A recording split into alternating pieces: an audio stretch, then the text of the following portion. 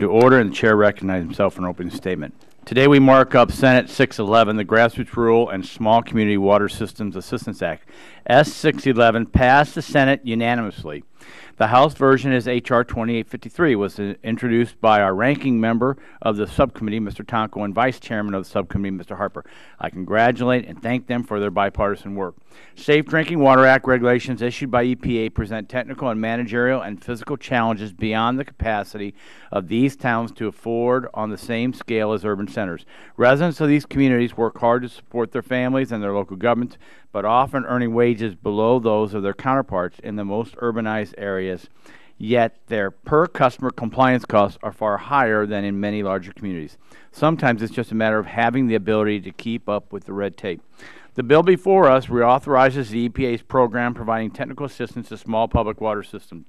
S.611 maintains the existing statutory authorization of $15 million annually, including 3% for technical assistance to public water systems owned or operated by Indian tribes, but extends authorizations through fiscal year 2020. S.611 also authorized EPA to provide technical assistance programs to small public water systems through grants or cooperative agreements made to nonprofit organizations. The bill requires preference in awarding grants to nonprofits that are most qualified and experienced and that small water systems find most beneficial and effective, a feature we heard about during our February hearing and again last week.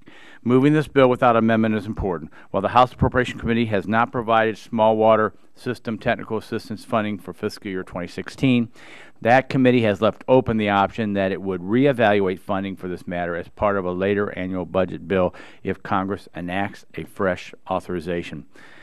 People who live in rural communities deserve every bit of water quality and technical resources that folks who live in the densely populated urban centers do.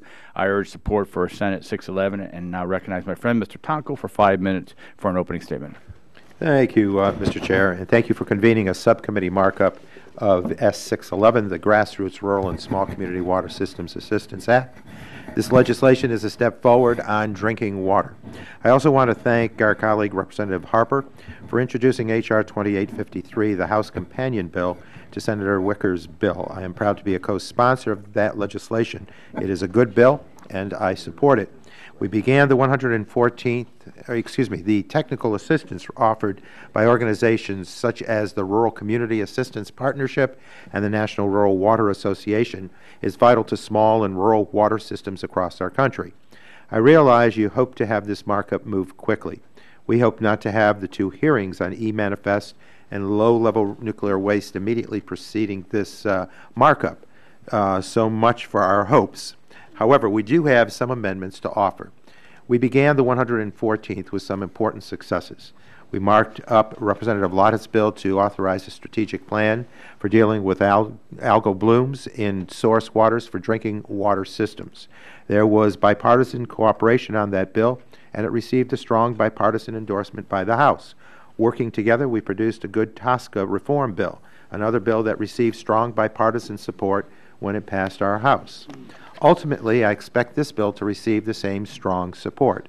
However, as I indicated earlier this week, I and other members of our subcommittee are anxious to tackle other important issues that the subcommittee has not yet addressed. It has been 12 years since we last authorized the drinking water programs in our jurisdiction. With S.611, we are reauthorizing a small but very important program in this area, although I believe the program should be reauthorized at a higher level. We should at least be accounting for 12 years of inflation, so the program can deliver the same level of service reliably. And with a growing backlog of water infrastructure needs, we should be doing much more to assist states and their water utilities to reduce that backlog. The Drinking Water SRF was authorized at $1 billion back in 2003. It is the main source of federal assistance for water utilities. It needs to be reauthorized also and at a higher level than was provided in 2003. Our inaction is also adding to the expenses of state and local governments and forcing increases in water utility rates for our consumers. Across the country, we experience over 700 water main breaks per day, breaks that result in losses of treated water from water systems. That represents a loss of not only revenue to the water utility, but a loss of water to businesses and households. Infrastructure does not repair itself. It does not improve with age. Funding planned strategic programs of infrastructure repair and replacement costs far less than doing emergency repairs. Yesterday, Mr. Chair, you expressed concern that the authorization for e-manifest expires at the end of 2015 and that the Appropriations Committee may decide not to fund programs that do not have a current authorization. Well, if that is the case, we have a number of very vulnerable programs. The issues within this subcommittee's jurisdiction are serious, and they have significant impacts on communities in every member's district. I know there are budget concerns, but we simply cannot cut our way to prosperity. We need to make strategic investments to provide the infrastructure needed to support economic opportunity. And we can afford to clean up contaminated properties and return them to productive use. We can afford to repair and upgrade our water infrastructure, and we can afford to manage waste responsibly. In fact, we cannot afford to ignore these needs. You've proven you are willing to work on tough issues through your efforts on issues like nuclear waste disposal and TSCA reform. By comparison, issues like drinking water and brownfields are easy. So S.611 is a small but very good step forward. I urge my colleagues to support the measure and also state that we should now move on to address the bigger problems. And with that, I yield back. Gentleman yields back his time. Chair now recognizes the co-author of the legislation, at least the House version, Mr. Harper from Mississippi, for 5 minutes. Thank you, Mr. Chairman, and thanks to the ranking member, Mr. Taco, for his support and cooperation in bringing this matter forward. And I want to thank you, Mr. Chairman, for holding this markup of S.611, the Grassroots Rural and Small Community Water Systems Assistance Act. I appreciate the committee's commitment to this issue as we work to reauthorize this important technical assistance language. In a legislative hearing just last week, we heard from rural water professionals about the importance and timeliness of passing S.611. Rural water experts from the Mississippi Rural Water Association and the Rural Community Assistance Partnership, Inc., testified to the benefits of S.611 and, of course, our companion bill, and helped provide insight into the needs of our rural water constituents. This insight will be beneficial as we continue to move forward and discuss this issue. I believe this gives predictability that's needed, and as we know, and as is stated in S.611, 90%, more than 90% of the community water systems in this country serve a population of less than 10,000 individuals. So this is something that we do need to move forward. I know that it was mentioned, maybe some concerns about having other hearings, but those such as e-manifest and the one that just preceded on low-level radioactive waste, while maybe not the most glamorous topics that we're going to hear this year, are nevertheless necessary. And I'm certainly willing to work with the ranking member to identify programs that perhaps that can be cut or reduced that he thinks are not necessary, and try to transfer some of that money to more pressing areas such as this. And with that, I yield back. Gentleman yields back his time. Chair now recognizes the ranking member of the full committee, Mr. Pallone, for 5 minutes. Thank you, Mr. Chairman. Yesterday, the chairman noted that the bill passed the Senate by unanimous consent and suggested there are no substantive concerns with the legislation. However, I think several serious substantive concerns were raised by Democratic members of the subcommittee at last week's hearing, and I hope that we can address those concerns today, or at least reach a bipartisan consensus about the potentially ambiguous terminology used in the bill. Such a consensus would address many of the substantive concerns on this side of the aisle and smooth this bill's path into law. I've heard from the majority that the need for this bill is pressing because of the appropriations process, but Democrats have repeatedly offered to work on this legislation for at least 8 months, and we should not give up on good policy simply because the majority delayed consideration. I'd like to mention some of the specific concerns which I raised last week and which could be addressed today. First, the legislation creates a preference for nonprofits that are most qualified and the most experienced. Similar language in past Democratic proposals would have given priority to the most effective organizations. I think these terms are intended to be synonymous, and we all agree that the money should go to the most effective organizations. Witnesses at last week's hearing certainly shared that view, but the language could be more clear, Mr. Chairman. Second, the bill requires EPA to determine which nonprofits, small systems in each state find the most beneficial. And this could be interpreted as requiring surveys in each state, an exercise that witnesses at last week's hearing opposed. And third, the bill does not set out specific areas of technical assistance that are eligible for funding, leaving open the possibility that important work will go unfunded. Past Democratic proposals have delineated several important areas of technical assistance, including source water protection and identifying options for water and energy efficiency. And lastly, and very importantly, the bill leaves unaddressed the major challenges facing water systems today. Water systems are facing serious threats from outdated infrastructure, lack of funding, emerging contaminants, and extreme weather. We in Congress have continued to underfund infrastructure improvements and have continued to undermine efforts to address climate change, so we should expect these problems to get worse before they get better. Resources are central to any conversation about safe drinking water. Much of our nation's drinking water infrastructure is well beyond its useful life and in desperate need of replacement. But this bill would reauthorize only the small pot of money for technical assistance, not the large pot of money for infrastructure repairs. It is imperative that this subcommittee take on the important task of reauthorizing the Drinking Water State Revolving Fund, ensuring that fracking is done safely, ensuring source water protection, addressing drought, and planning for climate change. The majority has so far been unwilling to take up these issues, but I don't think they can wait. So I hope that we can have a fruitful discussion of these issues today and in the coming months, and I thank the chairman for calling this markup and yield back. Gentleman yields back his time. The chair reminds members that pursuant to the committee rules, all members' opening statements will be made part of the record. Are there further opening statements? Seeing none, the chair now calls up Senate 611 and asks the clerk to report. S.611, an act to amend the Safe Drinking Water Act to reauthorize technical assistance to small public water systems and for other purposes. Without objection, the first reading of the bill is dispensed with, and the bill will be open for amendment at any point so ordered. Are there any bipartisan amendments to the bill? Seeing none, are there any amendments? Chair recognizes the gentleman from New York. Mr. Chair, I have an amendment at the desk. The clerk will report the amendment. Sir, which number?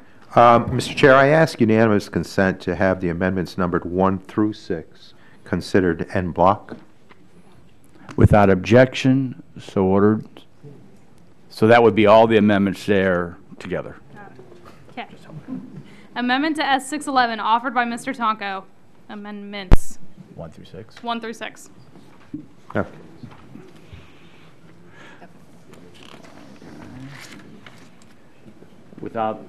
Without objection, the reading of the amendment is dispensed with, and the gentleman from New York is recognized for 5 minutes in support of his amendment. Thank you, Mr. Chair. These are very simple amendments to clarify several important aspects of the technical assistance programs for small and rural water systems. Small and rural systems have their size and lack of resources in common. However, the witnesses at our hearing talked about the wide range of problems they encounter in their work with different systems. I want to ensure the program provides sufficient flexibility to the assistance providers so they can address the greatest needs of the small systems they serve. I included many of these things in the technical assistance provisions of the bill I introduced at the end of the last Congress. Amendment number 1 makes a one-word change. It substitutes effective for experienced. You can be experienced and still not be effective. We are not providing more money for this program, so I want to ensure that every dollar spent delivers the best possible service.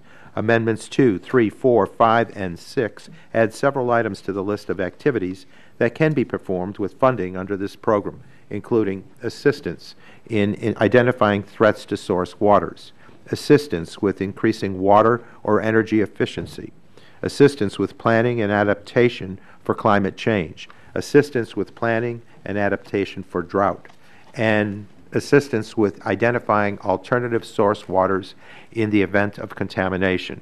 Small and rural systems are a feature of every state. The issue of source water protection, protection of both quality and quantity, is vitally important to every water utility. It is especially important for small and rural systems. The higher the source water quality, the lower the treatment costs. And for small systems, keeping treatment costs low helps them to keep rates low for their customers. It helps them to avoid purchasing and operating complex, expensive treatment technologies. One of the largest expenses for water utilities is energy. It takes considerable energy to move and to treat water. There are opportunities for reducing energy usage in a water treatment system. Technical assistance should include advice on how to conserve energy. Finally, drought and climate change. There are many small systems located in areas subject to severe storms, flooding, sea level rise, and other extreme events that are becoming more frequent and severe due to changes in climate. Rather than waiting until an emergency arises, small system operators should be able to get advice on cost-effective ways to make their systems more resilient and less vulnerable to service disruptions due to changes in weather and climate conditions. There are already many areas in the West and Southwest that are experiencing record drought. These conditions impact both the quantity and the quality of source water available to small and rural systems. People living in rural areas need safe drinking water. The technical assistance programs certainly ensure they receive it. Mr. Chair, I would have preferred to make some of these changes in a manager's amendment to the bill.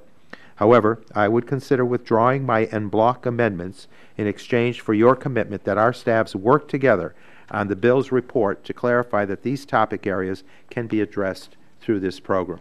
These are not mandates, they are options that can be exercised if a small system operator needs to address these issues. So, Mr. Chair, I ask that we get a commitment so that I can withdraw the en bloc amendments. Would the gentleman yield? Yes, sir. Our concern with the amendment is that because there's two issues. One, any change to the to the bill itself will then throw it back to the Senate, which we're not sure will pass it and move it to the President's desk rapidly. The second concern is that the amendment and the line item of issues diverts already limited scarce money to other programs that, in my discussions with the rural water folks, is not their most pending need, and so it's limiting the pot of money. We will consider, we will engage in conversations. I don't want to make a promise that I can't keep, but we're open to have discussions on how we can discuss this.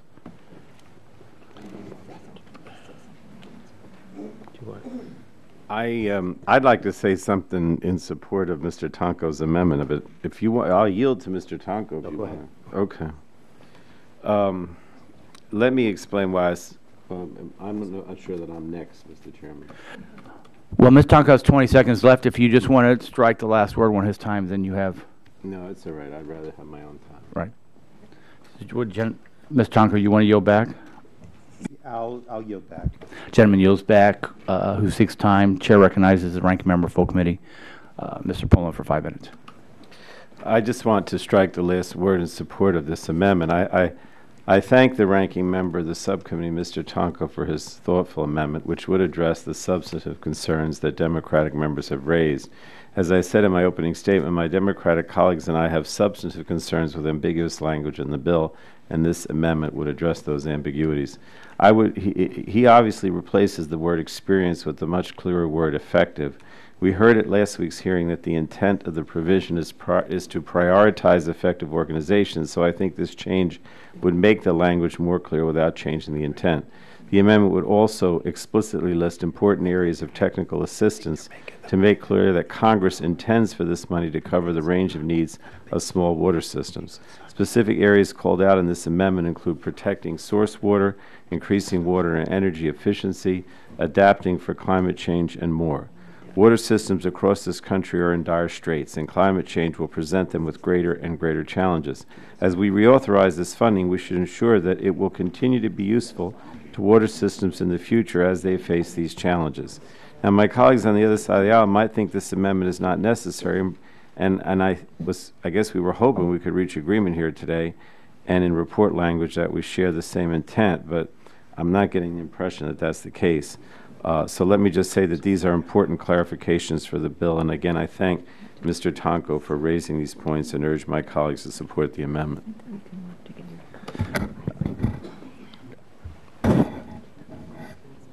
The gentleman yields back his time. Yes. Anyone else seek time? I'd like to strike the last word. then I'll yield some time. Okay. So I recognize myself for 5 minutes. I want to talk, first of all, to the ranking member full committee. I want to be, I don't want to be vague. We'll try to work on some of the language, but I don't want to make a promise that I just can't keep based upon some of the provisions. So let's give us a try. Well, will the gentleman yield? I would. My understanding is Mr. Tonko is simply asking for report language. He's not asking that you adopt the amendment. But my problem, Mr. Chairman, is that you don't seem to be agreeable to report language that would accomplish these goals. You're saying you might be, but you're not. Why is there a problem, since we're all sharing the same goal here, why is there a problem with the report language that would achieve the goals of what Mr. Tonko is suggesting?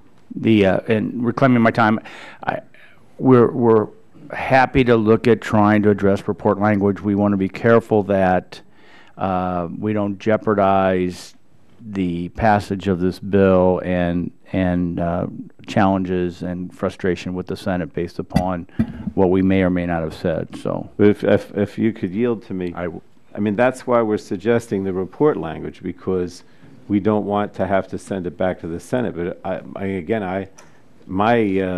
having been here so many years, I won't say how many, I've never had a situation where, because of report language, that the bill has to go back to the Senate. That's just expressing the intent of the subcommittee or of the committee. We'll do everything we can to try to address some of these issues in the report language. Mr. Chair, will you yield? I would yield. Just to the concern about,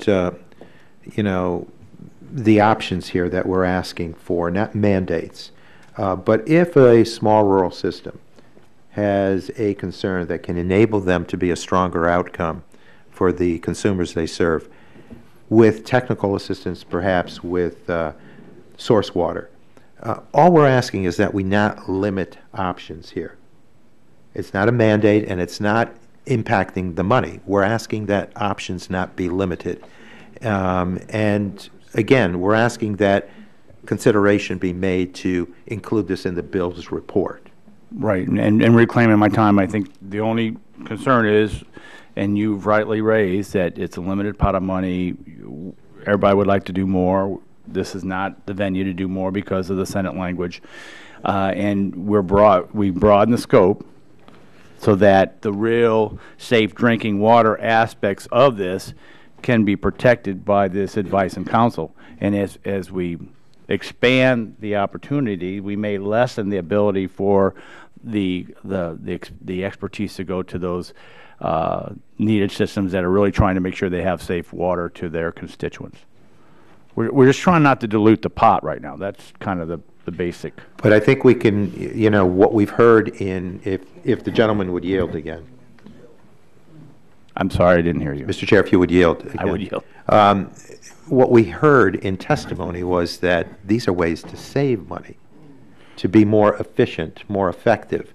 And by limiting options, I think that we could cause consequences that are unnecessary. So again, if we could just include language in a report, if you can offer the commitment to our side to work on developing that report language, I'm willing to withdraw my en bloc amendments. And reclaiming my time, we are open to considering what language we can include. We want to be very careful that we can't, report language can't amend a bill.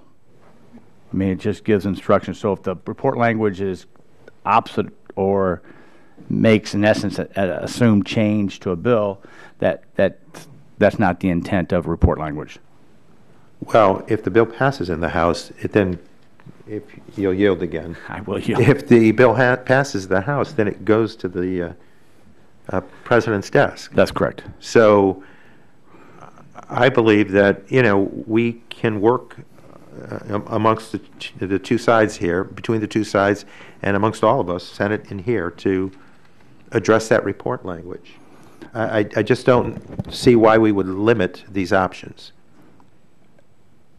I I would only restate in my 13 seconds remaining that we don't want to dilute the pot. There's limited money. It goes for safe drinking water to poor systems that don't have the technical expertise on their own. And by expanding it, in the case of some of the listed items, is problematic for this bill and not a larger bill. And with that, my time's expired. Anyone else seeking time to speak on the amendment?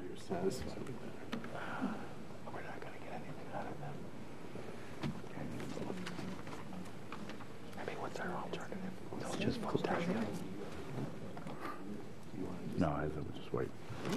We can call for a vote, or we can say we'll work with you between now and full committee. Mr. Chair, Gentleman from New York is recognized. why don't we take your offer to work with us between now and report to the full committee? And if we believe there's progress made, that hopefully will satisfy us. I'm happy. I'm sorry. I'm sorry. Would the gentleman yield? Yes, sir. I'd be happy to make that effort to see what we can do between the two committees, and with that, we'll see where we go from there. Okay. Then I will withdraw my en bloc amendments in the hope that we can address not limiting options. Gentleman withdraws his amendment. The question now: are there any other amendments to the bill? Seeing none, the question. Oh, there is. Chairman, let me just point out there were several amendments, just so you know. Oh, I thought there was 6 in block. No, those there are other amendments. Oh, I was only told there were 7 total. All right, I don't know what they told you, but I just want you to know there's a few. There's one more. You can do yours next. Mr. Chairman, I have an amendment at the desk. Would the gentleman yield? Sir, we have 7 amendments at the desk, the 6 that were considered en bloc and 1 that we One just more. received. Where are the others? Is that your understanding? Okay. The chair recognizes the gentleman from Texas to offer his amendment. That is Green 44. No? Sir, we don't have that amendment. All right, let's just take a minute to see. I know there are 3 or 4 amendments. I don't know what happened here. If you bear with us, Mr. Chairman. I don't know why you were under the impression that they were all going to be on block, but whatever. Let's take a minute.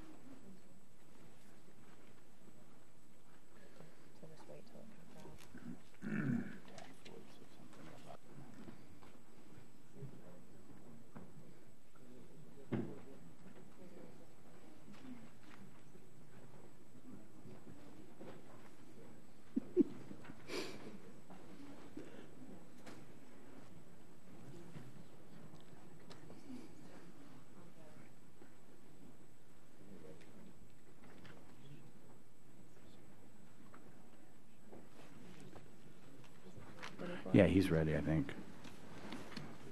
Ask the clerk. Will the clerk report? Mr. Chairman, I reserve a point of order. A point of order is reserved.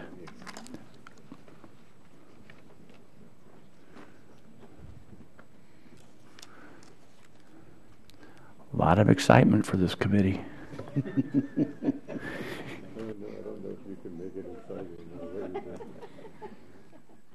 Amendment to S.611, offered by Mr. Gene Green of Texas. The point of order is reserved. The gentleman is recognized for 5 minutes in support of his amendment. Thank you, Mr. Chairman. The amendment I'm offering today is a common sense proposal to help deal with one of the newest and fastest growing waste streams in our country, electronic waste. Create tens of thousands of middle-class jobs here in the United States by requiring that American-produced e-waste be recycled and disposed in our country. And my amendment is based on legislation I've introduced for the last 3 Congresses, the Responsible Electronics Recycling Act. E-waste is a product of the millions of discarded computers, TVs, cell phones, and other consumer electronics Americans throw away or recycle annually. In 2011, EPA estimated that 3.4 million tons of e-waste is generated in our country each year. The management of used electronics presents a number of significant environmental, health, and national security concerns. Much of the e-waste being collected in the United States is being exported to China, India, or West Africa, where the GAO has determined that most of these receiving companies lack the capacity to safely recycle and dispose of these discarded and used electronics. Also of great concern is the growing recognition of the Department of Defense and our national security agencies on the appearance of defective electronic equipment in our nation's weapons systems. Much of this defective electronic equipment originated as our own e-waste that was exported to countries like China, falsely relabeled and resold to us as newly fully functioning equipment. These problems are occurring because, unlike our European and Japanese friends, the United States does not have a comprehensive national approach for the export of used electronics. My amendment would provide such a comprehensive approach by creating a new section under the Resource Recovery, Conservation and Recovery Act, RCRA, to prohibit the export of restricted electronic waste to countries outside the OECD or the European Union. While tested and working equipment can still be exported to promote reuse, other consumer electronic equipment, parts, and material derived from them that contain toxic chemicals could not be exported to developing nations. The legislation is supported by industry stakeholders, retailers, and the environmental community. Again, it's common sense and would be much to help our economy and the environment.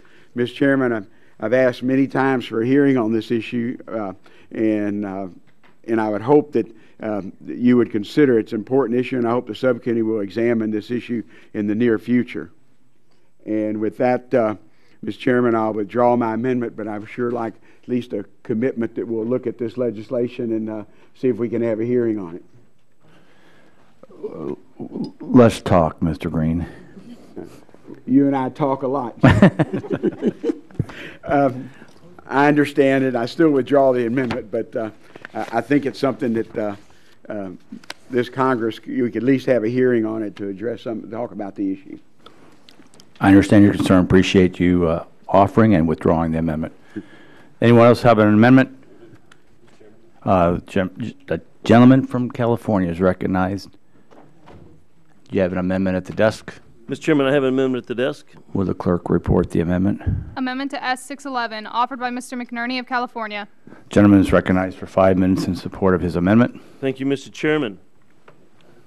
Here we are again working on a bipartisan bill that most of us agree is needed, but doesn't address the bigger picture facing our nation on water shortages and water infrastructure needs. The Safe Drinking Water Act's mission to protect public health by regulating the nation's public drinking water supply hasn't changed, but the new elements have emerged, such as climate change and drought, that threaten our water supplies. More and more states, including my state of California, have been stricken by drought conditions. The result is that water and energy prices increase, agricultural production suffers, and access to critical resources becomes more challenging. Even in normal years, some areas of California find it difficult to meet demands for water. The state population continues to grow, meaning more families, farms, and businesses will rely on regional water supplies for their daily needs. You all have heard of the California water wars, I assume.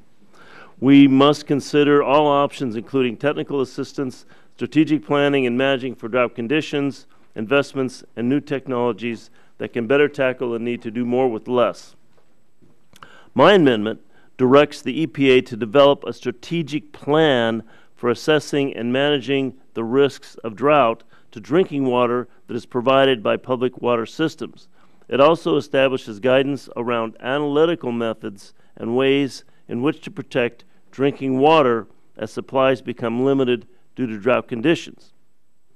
There are currently more than 160,000 public water systems providing water to most all of Americans at some time of their lives. Ensuring the best available science and best practices are used when dealing with a drought is common sense and will allow us to better protect our towns when we are forced to manage scarce water resources while protecting public health. The need to continue working on this, but at this point, for technical reasons, I will Mr. McNerney, could I ask you not withdraw it because I wanted to make a statement? Yes. Okay. I'll yield back. Gentleman's time's expired. Chair recognizes the ranking member for full committee, Mr. Pallone.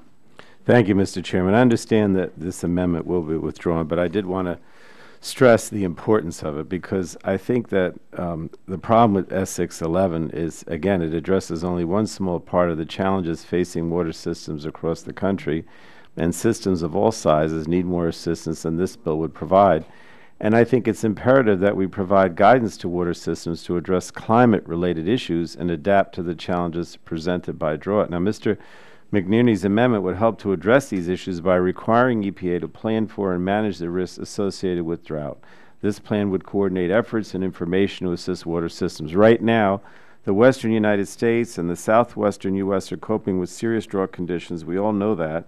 And they'll increase in intensity and frequency in coming years as a result of climate change. And these extreme drought events pose an enormous risk to our drinking water supplies. Aquifer levels are dropping, wells are drying up, contaminant concentration in wells are increasing, meaning some of them are no longer suitable as drinking water sources. And water systems need consolidated data they can apply, information about the available feasible tools, and guidance on the best practices for taking defensive and offensive actions against drought. I don't think this subcommittee can continue to ignore major issues that matter to the American public, and we should pass this amendment to address the serious drinking water risks associated with drought. So if we can't adopt this amendment today, obviously it's going to be withdrawn. I do hope we can work together in the coming months to take on this challenge, because I think that providing safe and reliable drinking water is a basic function of government, and we have a responsibility to help water systems meet that obligation. I yield back. Gentleman yields back his time. Is the amendment withdrawn? Yes, Mr. Chairman, I'll withdraw the amendment now. Thank you very much. Anyone else have an amendment? Mr. Chairman, I have an amendment at the desk, amendment number 8. The clerk will report the amendment. Amendment to S.611, offered by Mr. Tonko of New York. Gentleman is recognized for 5 minutes in support of his amendment. Thank you, Mr. Chair. The State Revolving Loan Fund that was established in the Safe Drinking Water Act amendments in 1996 is a major source of funding for drinking water infrastructure and compliance assistance for our water utilities. The SRF has not been reauthorized, and its authorization expired in 2003, some 12 years ago. If indeed the Appropriations Committee decides that programs without a current authorization should not receive funding, drinking water systems across the country will be in real trouble, and so will the millions of people that rely on them to deliver safe drinking water. We already have a tremendous backlog of infrastructure needs for these systems, and states and local governments cannot do this alone. So my amendment provides an extension of the current authorization for the drinking water SRF. At a minimum, we should be reauthorizing the SRF at a level that covers inflation over the past 12 years. That would set the authorizing the program at $1.52 billion, and that is what my amendment does. Safe drinking water programs are public health programs. Delivery of safe, clean water to homes and businesses is dependent upon infrastructure, the network of pipes and treatment facilities that carry water from the source to its final destination. One of the most cost-effective and important things we ever initiated in this country was the disinfection and treatment of drinking water. Jersey City was the first to do it in 1908. Other cities quickly followed. Why? Because water treatment dramatically improved public health by reducing the transmission of infectious diseases that were all too common at the time, including cholera and typhoid. In fact, nothing we've done since, including the development of penicillin, has done more to improve public health and reduce infectious disease than providing safe, clean drinking water. For the past 100 years, communities large and small across our country have been able to rely on the delivery of safe drinking water. That is a record we should be very proud of. It is a standard that we must maintain. As I have observed before, one of the most basic characteristics of a modern society is its ability to deliver clean water to every home, business, and public building in communities large and small, urban and rural.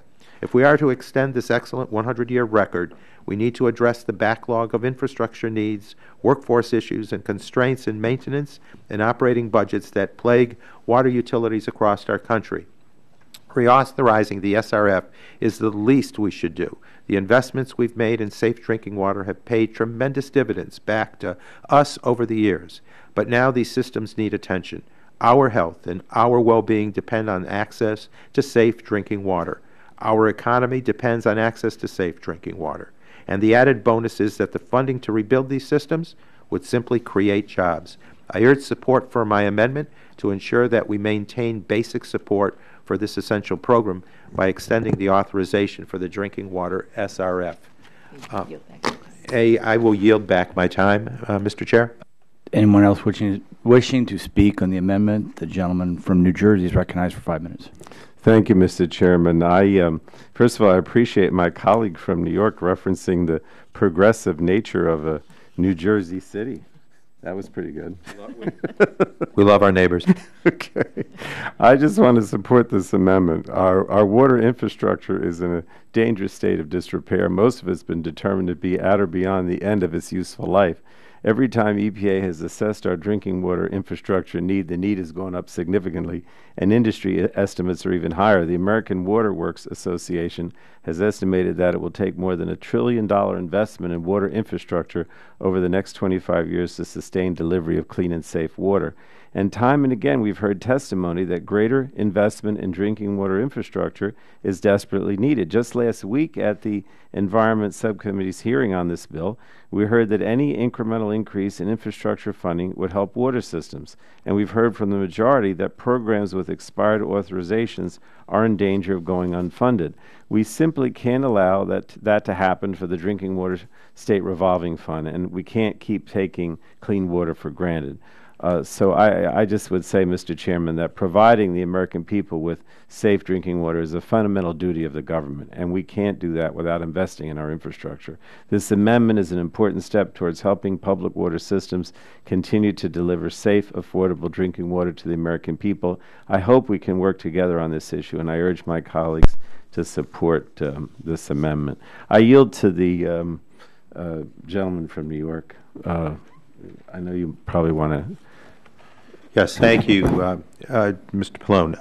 Mr. Chair, I will withdraw the amendment for purposes of technical concern and appreciate the support echoed by Representative Pallone. The amendment was withdrawn, and I appreciate the member doing that for obviously the consistency of the bill that we're moving at this time. Is there any other amendments? The gentlelady from California, for what purpose do you rise? I do have an amendment at the desk, Mr. Chairman. Will the clerk report the amendment? Amendment to S.611, offered by Mrs. Capps of California. Gentlelady is recognized for 5 minutes in support of our amendment. Thank you, Mr. Chairman. Ensuring that everyone has access to secure, reliable water systems, of course, is paramount importance and should be a top priority in Congress, and that means we should consider water as it applies to all communities across this country. Furthermore, while we clearly must consider the provision of water, it is also important to support water-related services, including wastewater treatment, stormwater management plans, under both current and changing future conditions. Changing climatic and hydraulic conditions across the country are already impacting water and water services availability, and these changes are only predicted to intensify in the future. Climate change is a reality, and to ignore it is both unwise and irresponsible. We are experiencing changing conditions today. Reservoirs are drying up, and floods are overwhelming storm systems. Coastal areas are being threatened by sea level rise and saltwater intrusion. Threats to safe drinking water are diverse and serious, and we have a responsibility to help communities mitigate them. We must be prepared. We can either choose to invest in our water infrastructure proactively, or we can spend very much more down the road when the repairs are more costly. And that's why I am offering this amendment, which is identical to my Water Infrastructure Resiliency and Sustainability Act. My amendment simply would help ensure our local drinking water, wastewater, and stormwater operators have the resources they need to plan and implement projects to adapt their infrastructure to changing hydrological conditions. This shouldn't be a partisan issue. These threats do not differentiate between rural communities and urban ones, or between Democratic and Republican districts. And that's why my amendment is supported by a very broad group of stakeholders, including the Association of Metropolitan Water Agencies, American Public Works Association, National Association of Water Companies, and the National Association of Clean Water Agencies. When it comes to basic needs, of course, water is at the top of the list. Access to clean and reliable water is not a luxury, it is a fundamental right.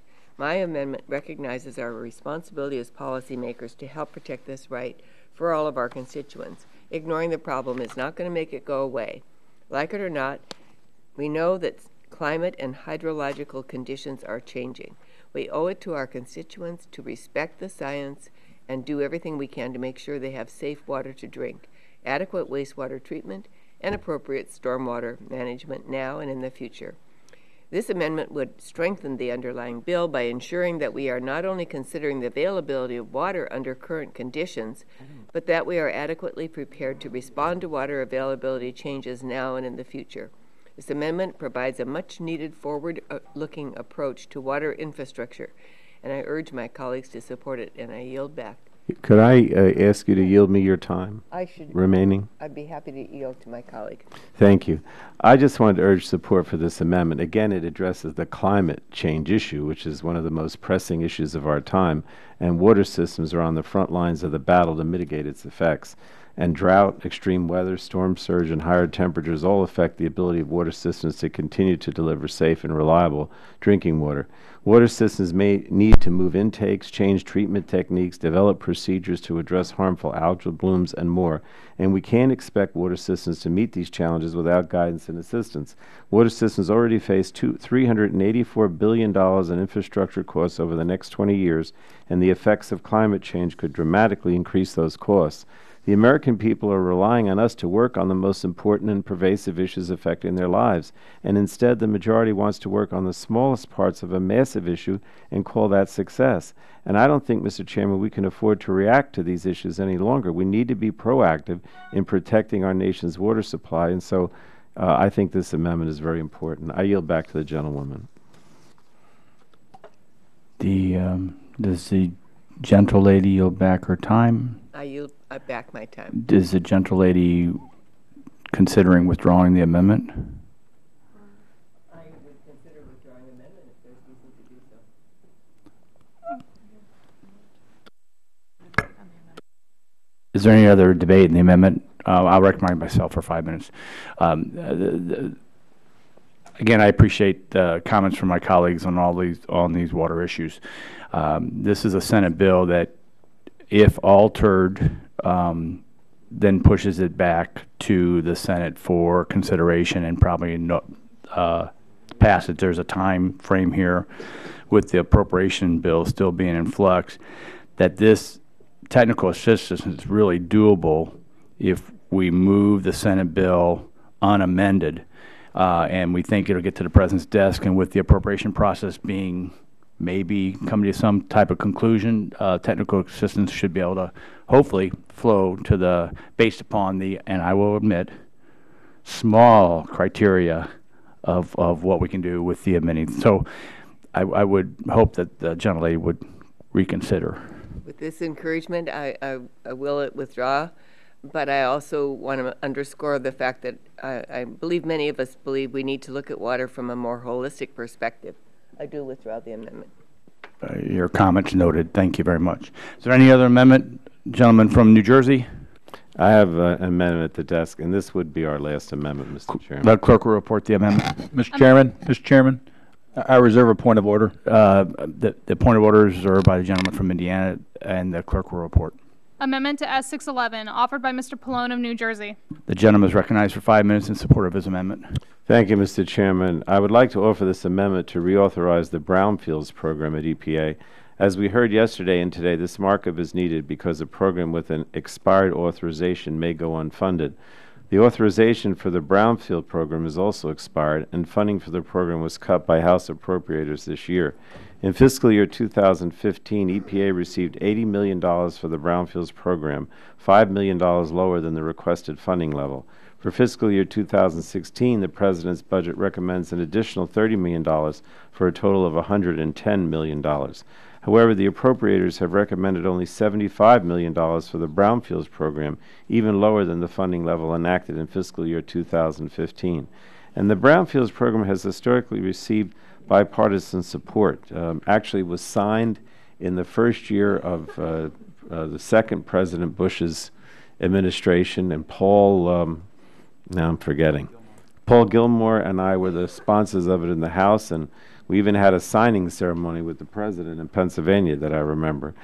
So it was bipartisan. It promotes job growth, it protects the environment, and safeguards the health of our communities. In fact, the Transportation Infrastructure Committee, which shares jurisdiction over the program, has been working on a bipartisan basis on reauthorization. By any measure, the EPA Brownfields program has been an invaluable tool, successfully cleaning contaminated sites while also supporting responsible growth and revitalization of existing communities. Brownfields investments are working, creating vibrant new community places and replacing lost jobs and taxes on sites where closed industrial plants have left a legacy of blight and contamination, and this reauthorization would expand upon that success. My amendment would raise the authorization level to begin to address the backlog of eligible contaminated sites. It would increase cleanup grant amounts to reflect inflation and allow funds to go to big projects. It would encourage tie-ins between brownfield sustainable development and renewable energy projects. It would address eligibility barriers for nonprofits and local governments and clarify the liability of local governments in foreclosure acquisitions. And it would establish multi-purpose brownfield grants. It would also offer greater assistance to small and rural communities in keeping with the spirit of the underlying bill. Small and rural communities need more than just technical assistance for drinking water. If we're concerned about expired authorizations, we should incorporate this authorization into the bill. And I urge my colleagues on the other side of the aisle to support reauthorization of the Brownsfield program, to work with me and my Democratic colleagues to strengthen this program. And, obviously we're not going to do this today, but I hope we can turn to it in coming months. And I guess I'm disappointed that, we haven't been able to address this. So I would like, before I say anything further, if you would like to comment on this, I'd appreciate it. Would the gentleman yield? Yield to the chairman. Thank you very much. This gives me a good opportunity to kind of just review what the subcommittee's done so far. The algae bloom bill is signed into law. We've got the coal ash bill that might be inserted somewhere in the final process of this year. TSCA is moving forward. We've had numerous hearings on nuclear policy, which we will wrap up into a bill. You've given us another long laundry list of hearings that we should have and consider, and I look forward to doing that. We'll be a very busy subcommittee. All right. Well, what about brownfields? Can we? I love the discussion of brownfields. Okay.